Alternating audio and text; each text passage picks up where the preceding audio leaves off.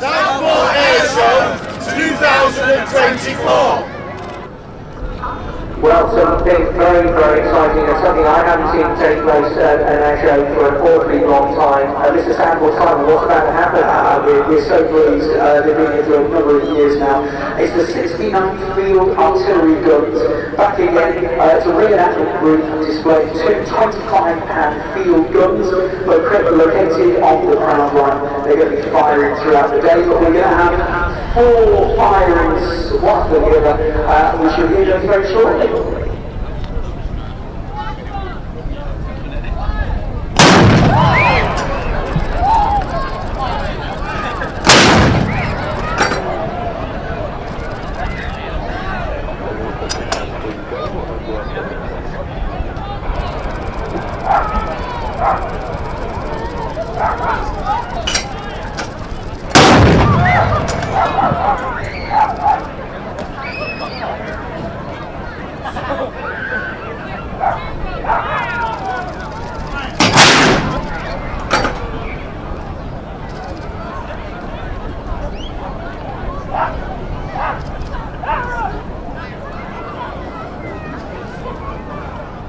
The US Navy was closely involved in the attack.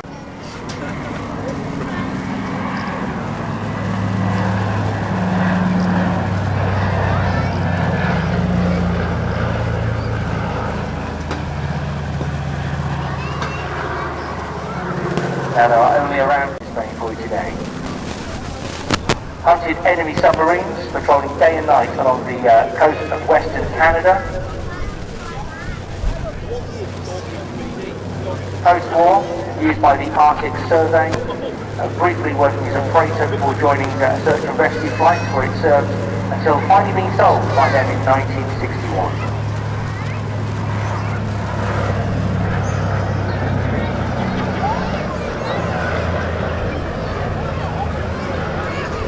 As I said, many of the Catalinas were used as water bombers, fighting forest fires all over Canada.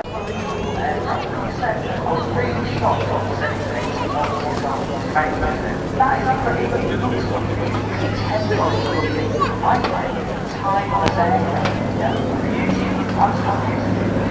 I just wish my way was when I was 81 years old. That's what I have to say. I still operate with fresh water on a regular basis, and in addition to air shows around Europe, you'll also see this pickup in any films. If there's a film that you see... The Swordfish at the front, leaving the deck of HMS Illustrious in radio silence without navigation lights to avoid detection, flew 170 miles through the night, dropping their torpedoes and bombers on the battleships, cruisers and destroyers anchored in Taranto Harbour.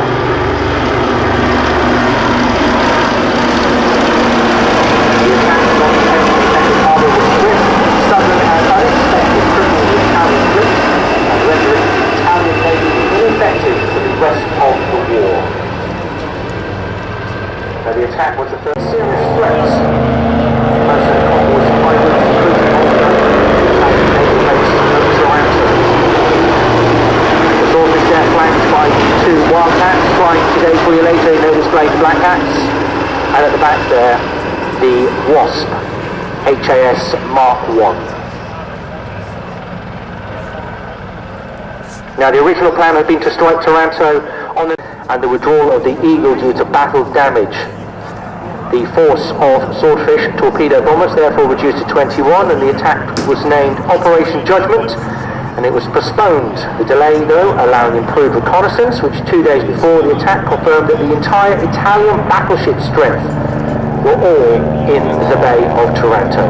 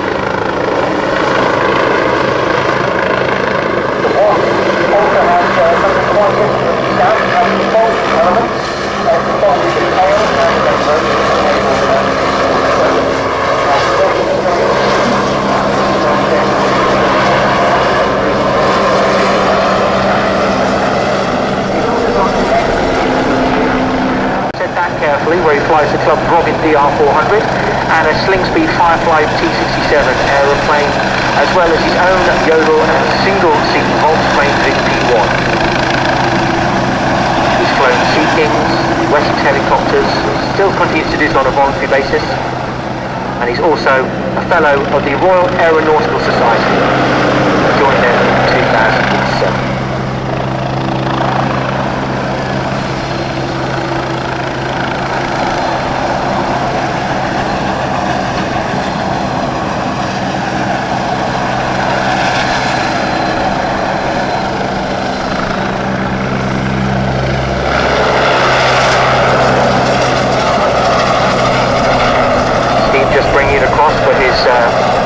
Final goodbye. Some more lift. Obviously, the engines were not as powerful.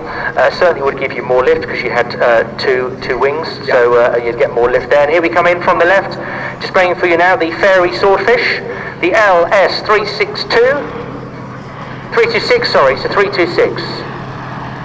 The last remaining swordfish in the world.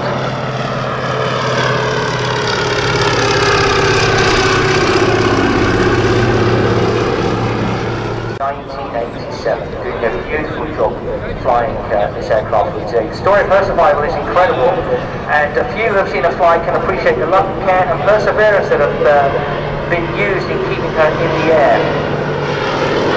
The aircraft was virtually rebuilt in 1955, the engine in 1967 after searching the world for spares.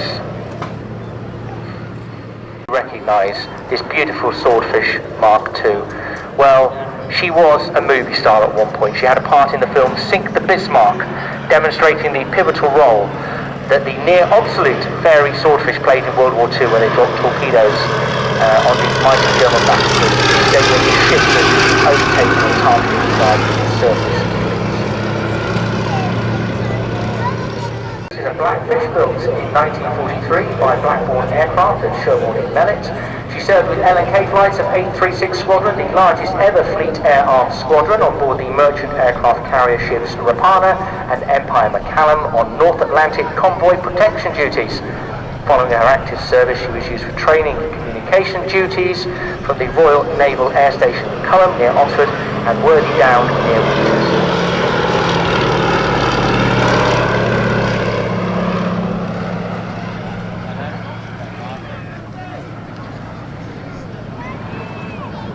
Flying for you today in the D-Day invasion strikes, added in 1984 for the 40th anniversary celebrations when she overthrew the beaches of Normandy.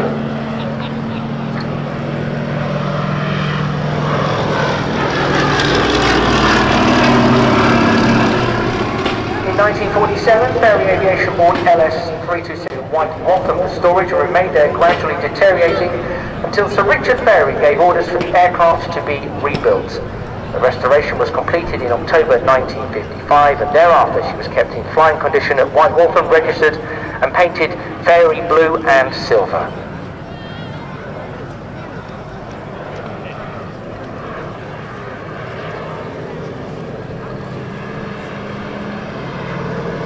In 1959 she was repainted for her starring role in the film Sink the Bismarck.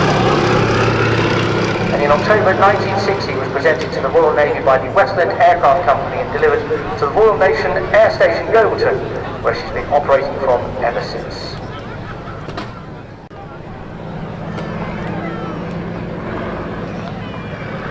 In 1962 she made her final flight from an aircraft carrier deck when she was flown off HMS Hermes in the English Channel in November, having earlier been witched on board for the annual Taranto night dinner.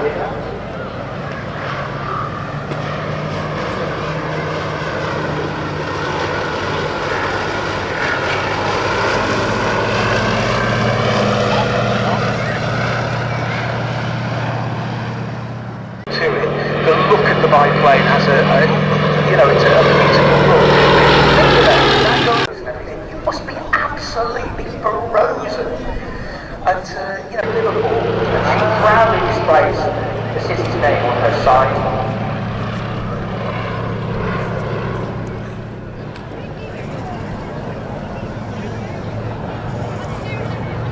While as I said, the furthest remaining of West Wessex.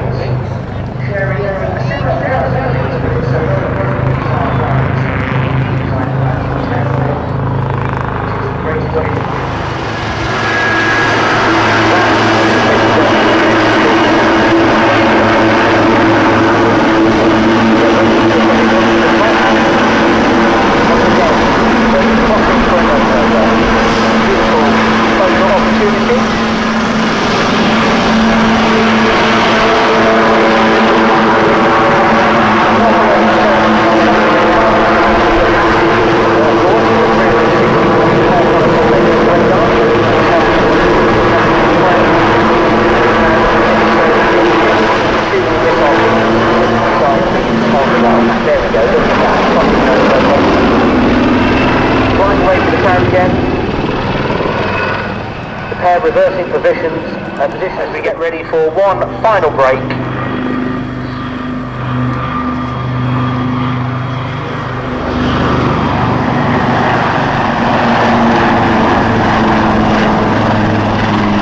I'll reposition now. Get ready with your cameras. For their final break, crowd centre, ladies and gentlemen, the Black Cat Southport 2024.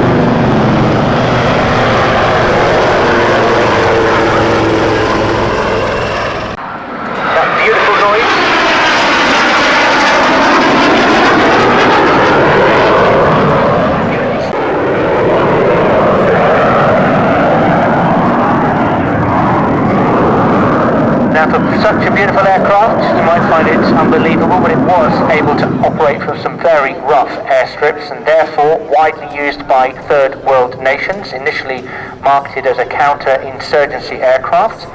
The Strikemaster also maintaining its advanced trainer profile through Middle Eastern users opting for the militarized version.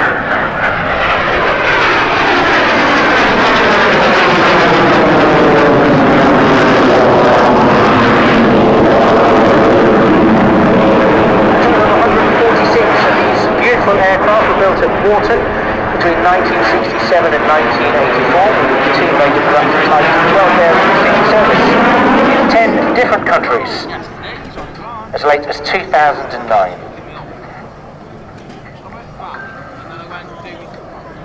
As I said to you, being flown today for you by Ian Brett.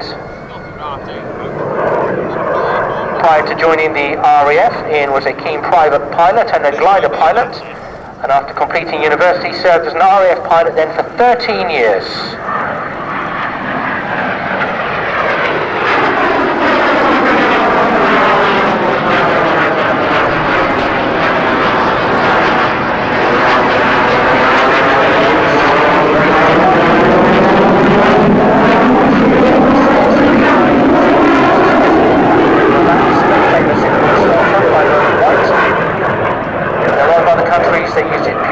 Advanced training jet, the Strikemaster, of course, being built ahead of the Hawk training jets.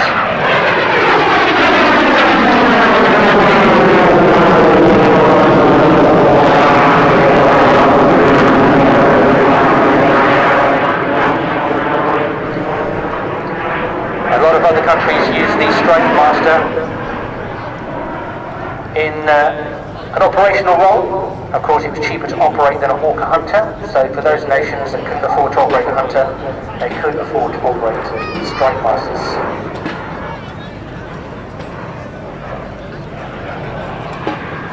That didn't make it an unformidable foe.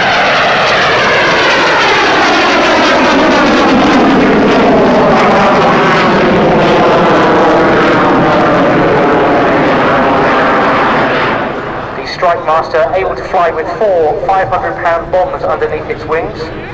And putting that into context for you, the RAF Typhoon you will see flying later today also carries 4 500-pound bombs.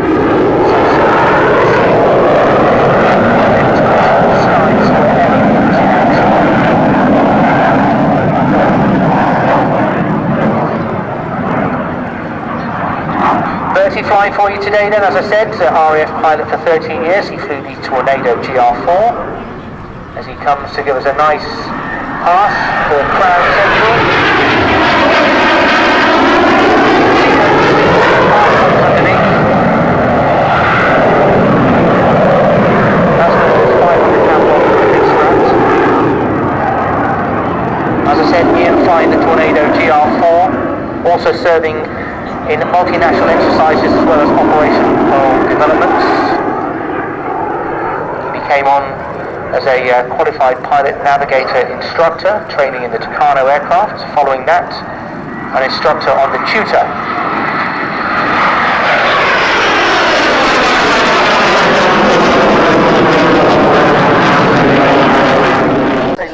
Little boy's age around 50. I've looked at that and gone, that's Star Wars. G. Negative G is as you go down, positive G as you pull back. Which is worse? G is 10G.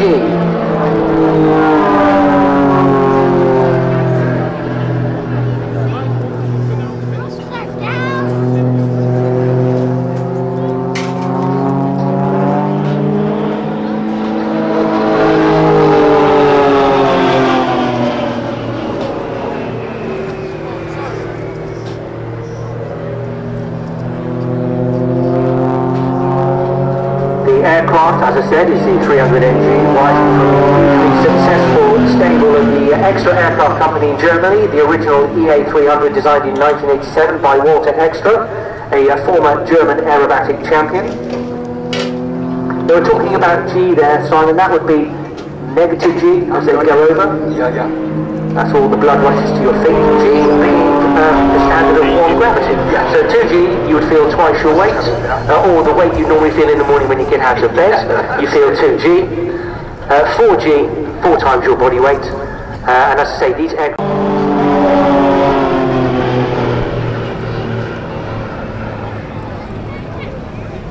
Come on, talk about pilots in a second. Michael and Tom. The aircraft flying here today, actually Tom has handed the specification of the actual battery with his own specification. He wanted something extra in his version of the Extra 300NG, and can you guess what it was, Simon? He asked for something extra and it's in the cockpit. A coffee cup holder. You're close. He wanted a heater. He wanted a heater put in to keep him warm when he was flying. Good idea. It's essential in any aerobatic display, isn't it? Let's get a heater in the cockpit.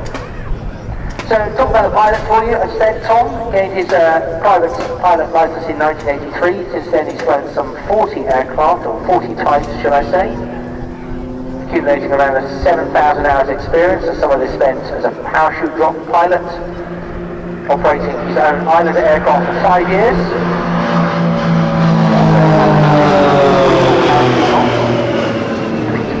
Each class introduced him to aerobatics in 1992. He started flying Cats Linx, won his first contest in that year.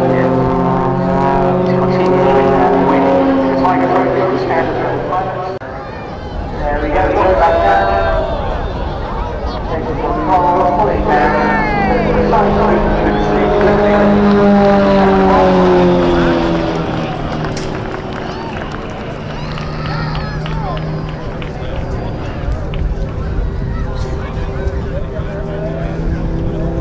The engine there, the Lycoming AB10 580, 350 horsepower. Michael just left it clear across for you there.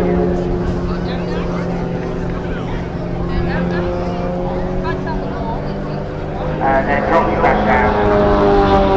And the supposed to be displayed basically. I have to say as well, environmentally friendly, maybe all that stuff is again, it's all very environmentally friendly. One comes back down. Back up. Really spiky. That's my training engine. Pulling up. Just taking the power off and letting it fall. Looks like he doesn't have control, but ladies and gentlemen, he's done. And back down.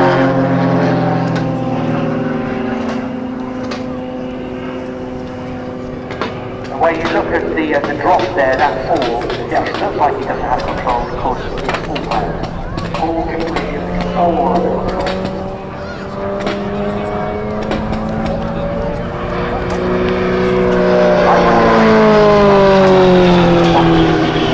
Fantastic.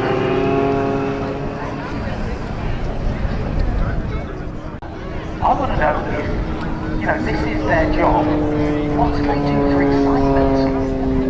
If this is your job, well, they are very calm individuals. They are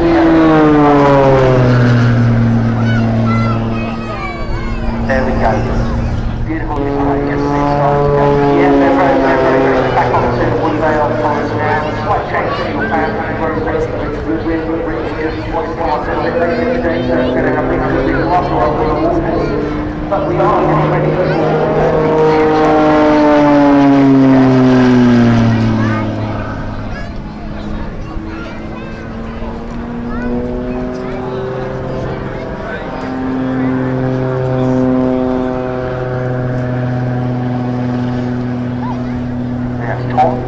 making the most of the air. He's having a good old time, isn't he? He certainly is.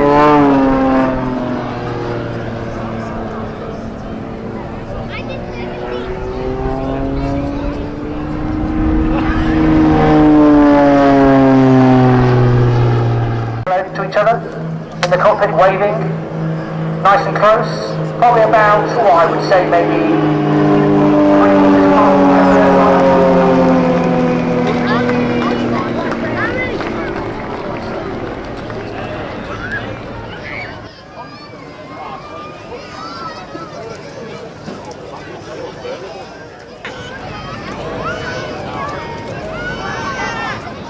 Landing sometimes when being flown by training. Both these aircraft powered by a radial engine. The propellers are flying so fast that they actually break the sound barrier at their tips. That's that distinctive rush with its banks and rolls all you hear today. That's the end of the propeller just cracking the sound.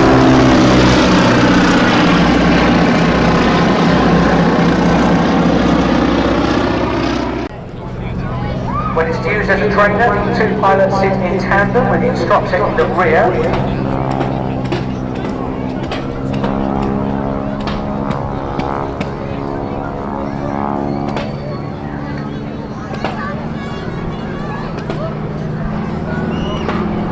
Very similar design to the de Havilland Tiger Moth, of course,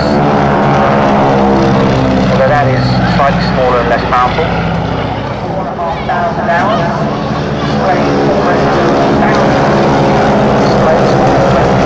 Displays across the UK. He studied at his local club at the same time as gained display experience flying in not only the Skimmer but also the Yak 52, which is a beautiful Russian jet.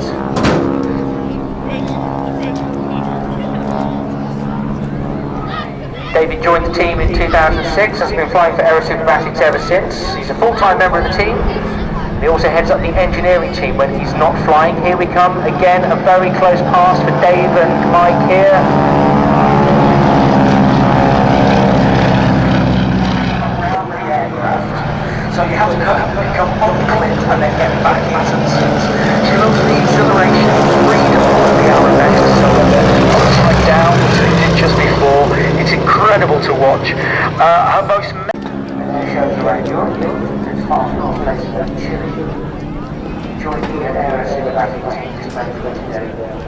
1991. Been there ever since and was one of the first teams to welcome Aerobatics to visit and display in China. That was another one pilots. And we have Emma. Simon, what can you tell us about it? Well, Emma's got the best first line for biog I think I've ever heard.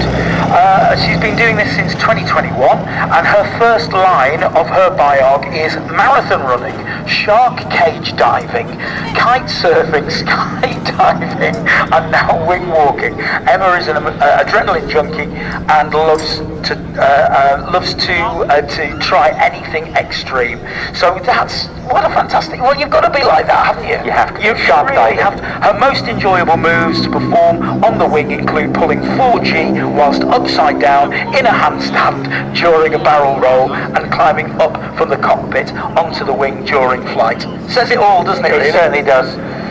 So the boys and girls as they come past now, Emma and Kirsten, you can see they're waving to you, they can see you. Big smiles and waves back to Emma and Kirsten and the Super Aerobatic team displaying for you in Southport. And that really makes their afternoon to see you enjoying the display. They're super powerful engines, training what would have been just a rather sedate training aircraft into a, let's call it a circus performer really, I suppose, isn't it? Training school in the world, not just the UK, in the world. Now, Red 10 is landing. Now, can you tell us? His job is to make sure. Well, he flies the 10th aircraft. So if ever, obviously, we're flying the Red Hours displaying in formation of 9 for you later today. Red 10 obviously flies in as well in the 10th aircraft. So if we're in the unfortunate position that one of the aircraft goes tech, there's still a spare aircraft. He's also responsible for making sure that the photography takes place nicely. So where you see the Red Hours flying over the yeah, exactly, or whether it's flying over New York, the Statue of Liberty, Red 10's a guy taking all the photos. He's also very, very hot on keeping the team on time to meet the general public. So if they say that they're going to be there at a certain time. And of course, squadron leader Graham Muscat, his main role for us here today will be to give us the fantastic commentary when the Red Hours come on. And I have to say, you have a packed 23-minute display for the Red Hours. Yeah, wow, really good.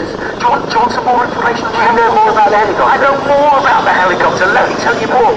This type of helicopter serves with 60 Squadron at RAF Shawbury and 202 Squadron at RAF Valley, which delivers maritime, mountain and search and rescue training to helicopter aircrew. There you are, that's good, isn't it? It is. And the first Juno HT1 helicopter arrived at RAF Shawbury on April the 3rd, 2017. Release to service was issued on May the 12th, and the first training pilot flew the aircraft on the 25th of April 2018, my son's birthday. That is fantastic.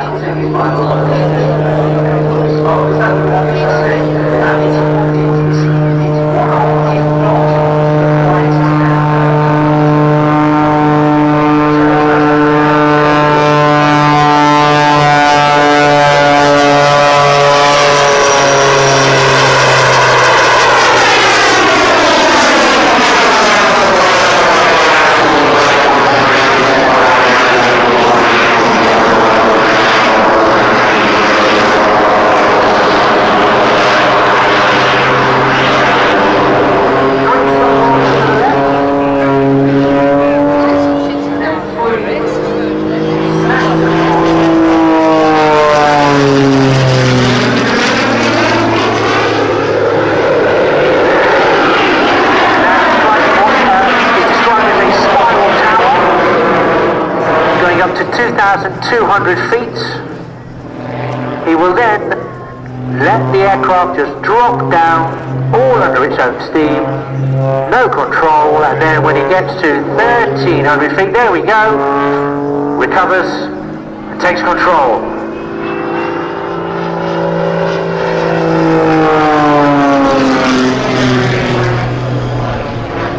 My barrel roll left to right.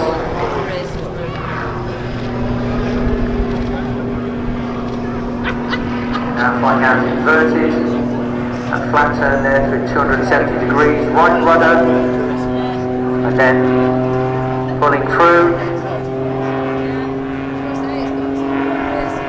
and then some shoulder rolls, coming back to crowd centre.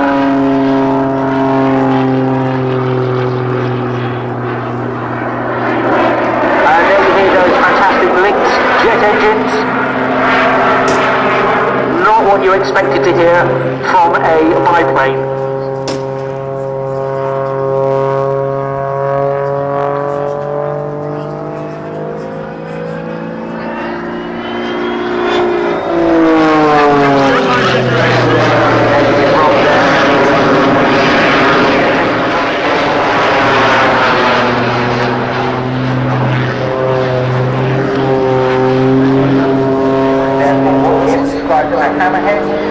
Asymmetric thrust.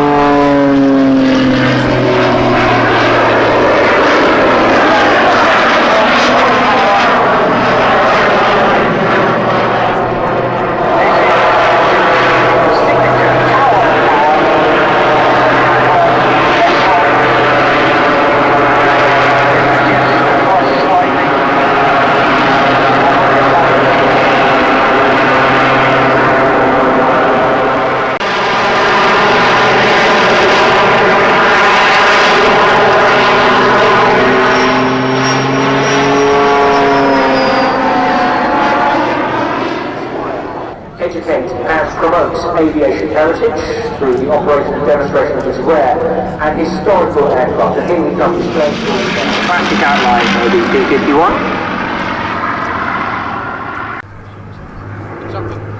Now I was saying to you earlier, Simon, that there's something rather unique about these two aircraft, and that is around their engines. Okay. So the Spitfire, of course, we would all remember that being the Merlin engine, that classic sound in the Spitfire. Well, in fact, the Mark 19 displaying for you here is actually being powered by a 36.7 litre Rolls Royce Spitfire.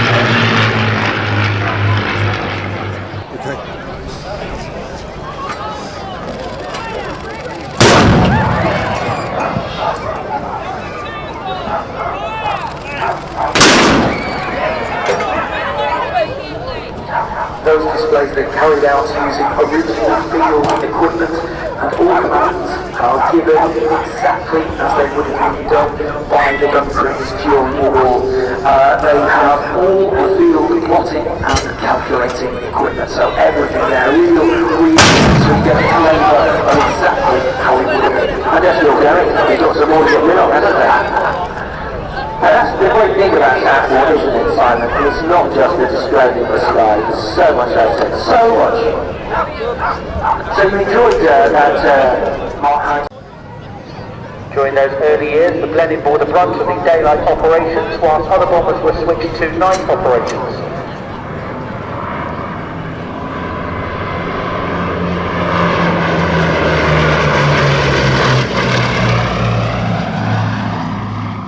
First, and it proved much faster than the latest biplane fighters with a speed of over 300 miles an hour, and Rockmore promptly donated it to the nation. Barnwell then redesigned the aircraft as a bomber, and it became the first stressed squid-skin aircraft with hydraulic actuated undercarriage, flaps and turrets accepted by the Royal Air Force. Bravery comparing them to the charge of the Light Brigade.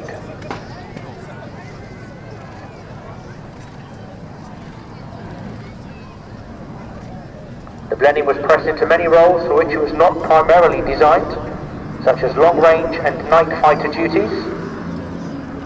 It became the first radar-equipped night fighter, and was the aircraft that got the first kill using that equipment.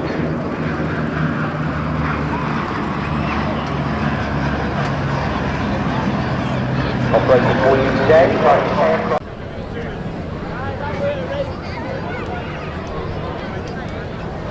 First Blenheim project, a Canadian licensed aircraft called the Bolingbroke, was recovered in a derelict state and restored to fly after a 12-year rebuild by a small dedicated team led by a licensed aircraft engineer. Made its debut flying in 1987, only to be destroyed by an accident.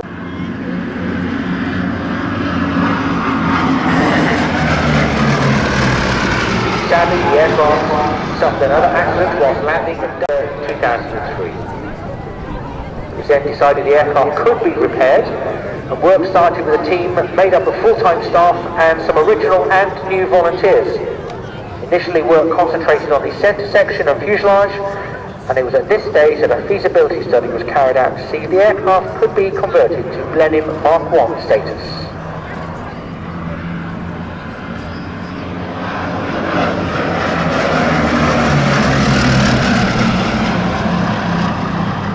Fortunately for them, and it was the first to be powered by a single jet engine. The Vampire, the export version of the FB6 Goblin 3, powered single-seat fighter bomber.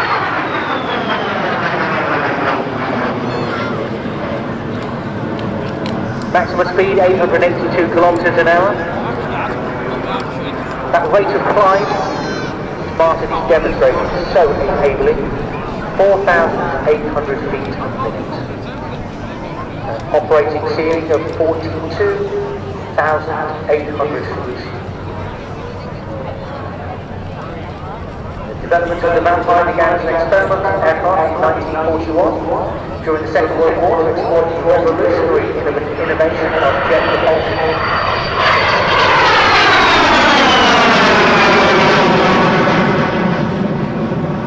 From the company's design studies, it was decided to use a single-engine twin-boom aircraft. The booms, of course, coming out from the wings of the aircraft, powered by the Halford H1 turbojets, originally and then renamed as the Goblin.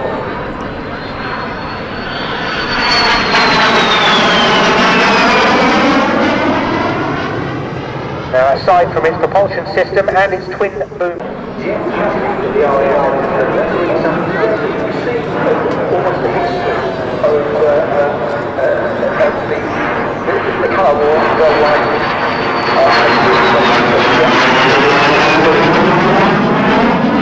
As you'd imagine, it proved very effective and was adopted as an aviation first and achieved many records, such as being the first jet aircraft to cross the Atlantic Ocean. Remained in frontline RAF service until 1953, when it was progressively resigned and reassigned to various secondary roles such as ground attack and pilot training.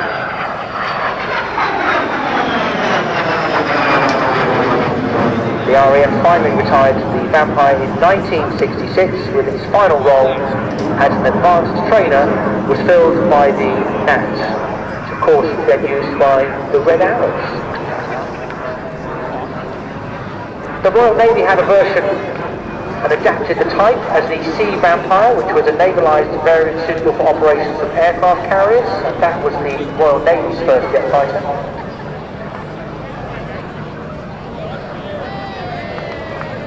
The Vampire was exported to a wide variety of nations and was operated worldwide in numerous theatres and climates.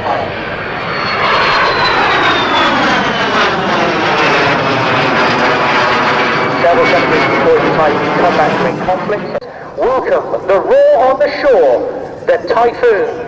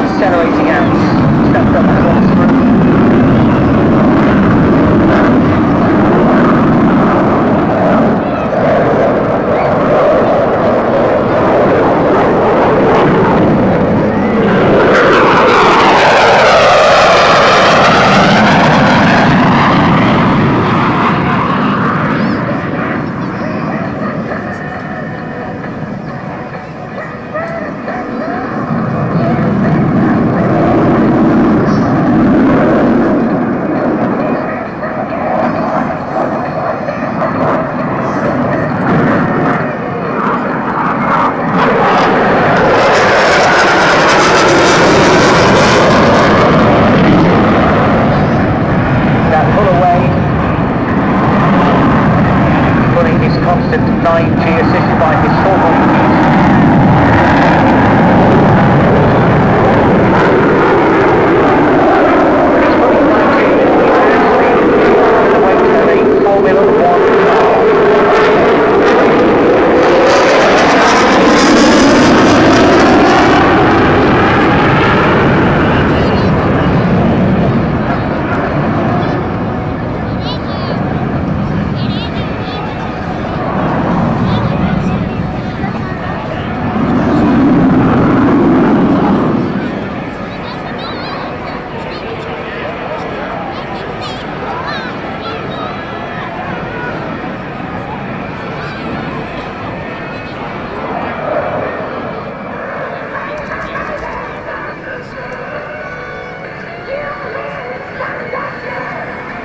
Stand by.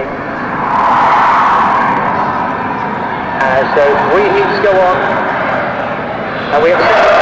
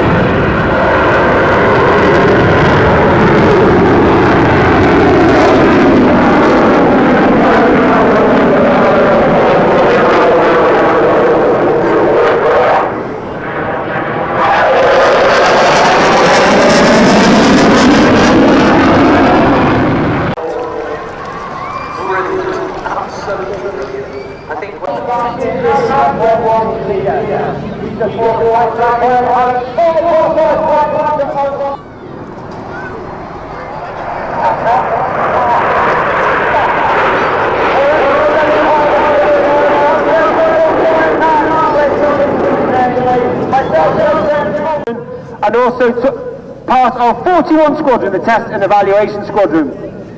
Reds 4 and 5, now smokers either side of that centre section, make their way rearwards. And November 2023, it celebrated the 20th anniversary of the final flight of one of the most iconic aircraft in aviation history. As the team roll out, there is no mistaking the wonderful shape of the majestic and the iconic. This is Concorde!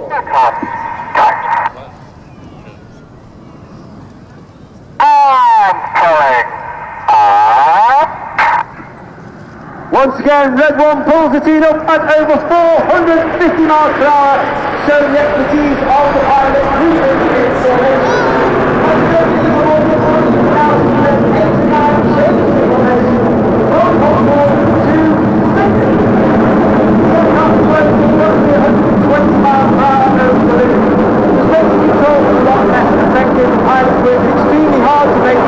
formation.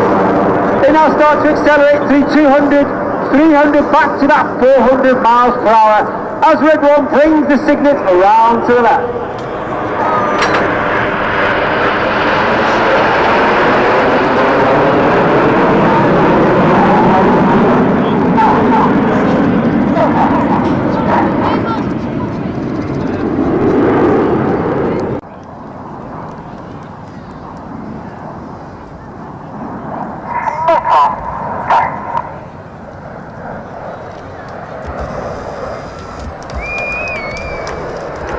In the middle of that right wing is Red 4.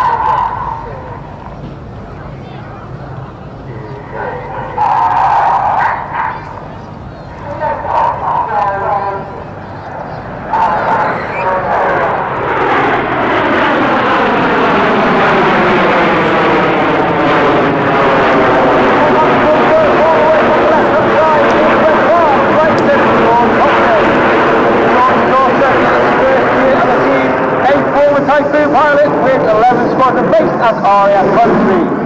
George has also taken part in operations over Syria and Iraq, as well as the European roared around the rest of the formation. Watch for the colour change as Red One lies the team down the line.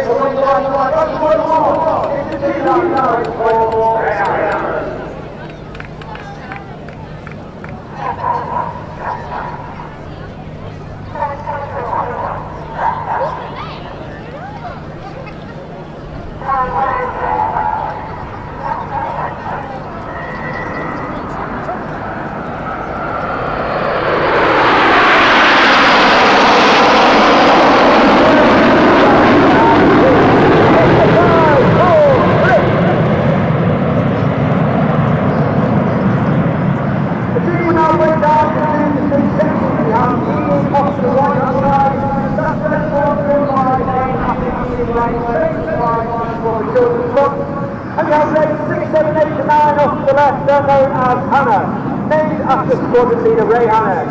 One of the first members of the Red Arrows, the only team leader to lead the team for 4 years. He took the team from a 7 ship to a 9 ship and formed our trademark Diamond 9. Hannah from the left, Evie from the right, for the 5-4 cross.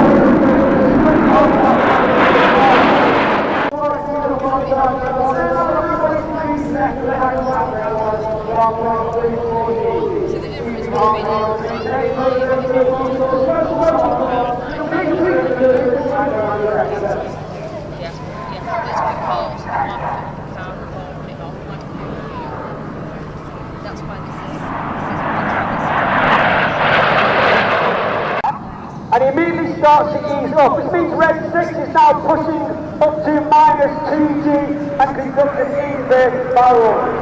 Red 6 released the hard head of the red 2G all over the front.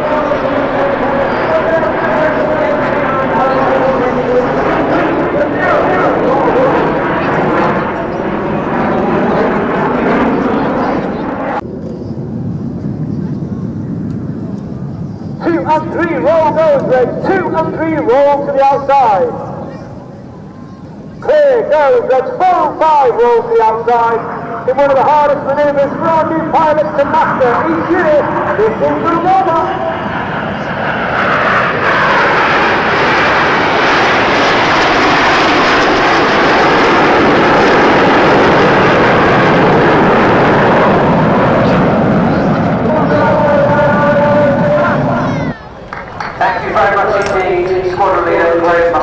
10, once again showing to everyone here why the Red Arrows are the world's greatest aerobatic display team. Absolutely fantastic. Simon, Mr. Southport, that for me, just that was the most what I came to today. It was absolutely incredible. They never let me down together. 4 23-minute display. Great, even getting back on it. There we go. Fantastic. That was really, really good display. Right, so we have no more air displays for you today. Then tomorrow you're back tomorrow, and again, of course, we've got the Reds. We're back here. So loads of good for us to do. Make sure that you come in. Get here nice and early with Harrier, as Andy said, some hot stuff. Yeah, Harrier, right away.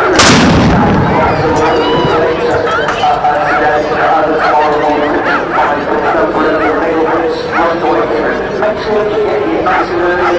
I think we open, well, make sure that you open at 10 o'clock. But I think we get into the past 9, I think, which is back on. So 10 o'clock we'll be able to get here, get yourself a good step and get ready for some brilliant flying. Yeah, very good. Okay, so let me, everyone get ready to leave. Obviously, don't follow your sound out when you're leaving Southport tonight. Follow the yellow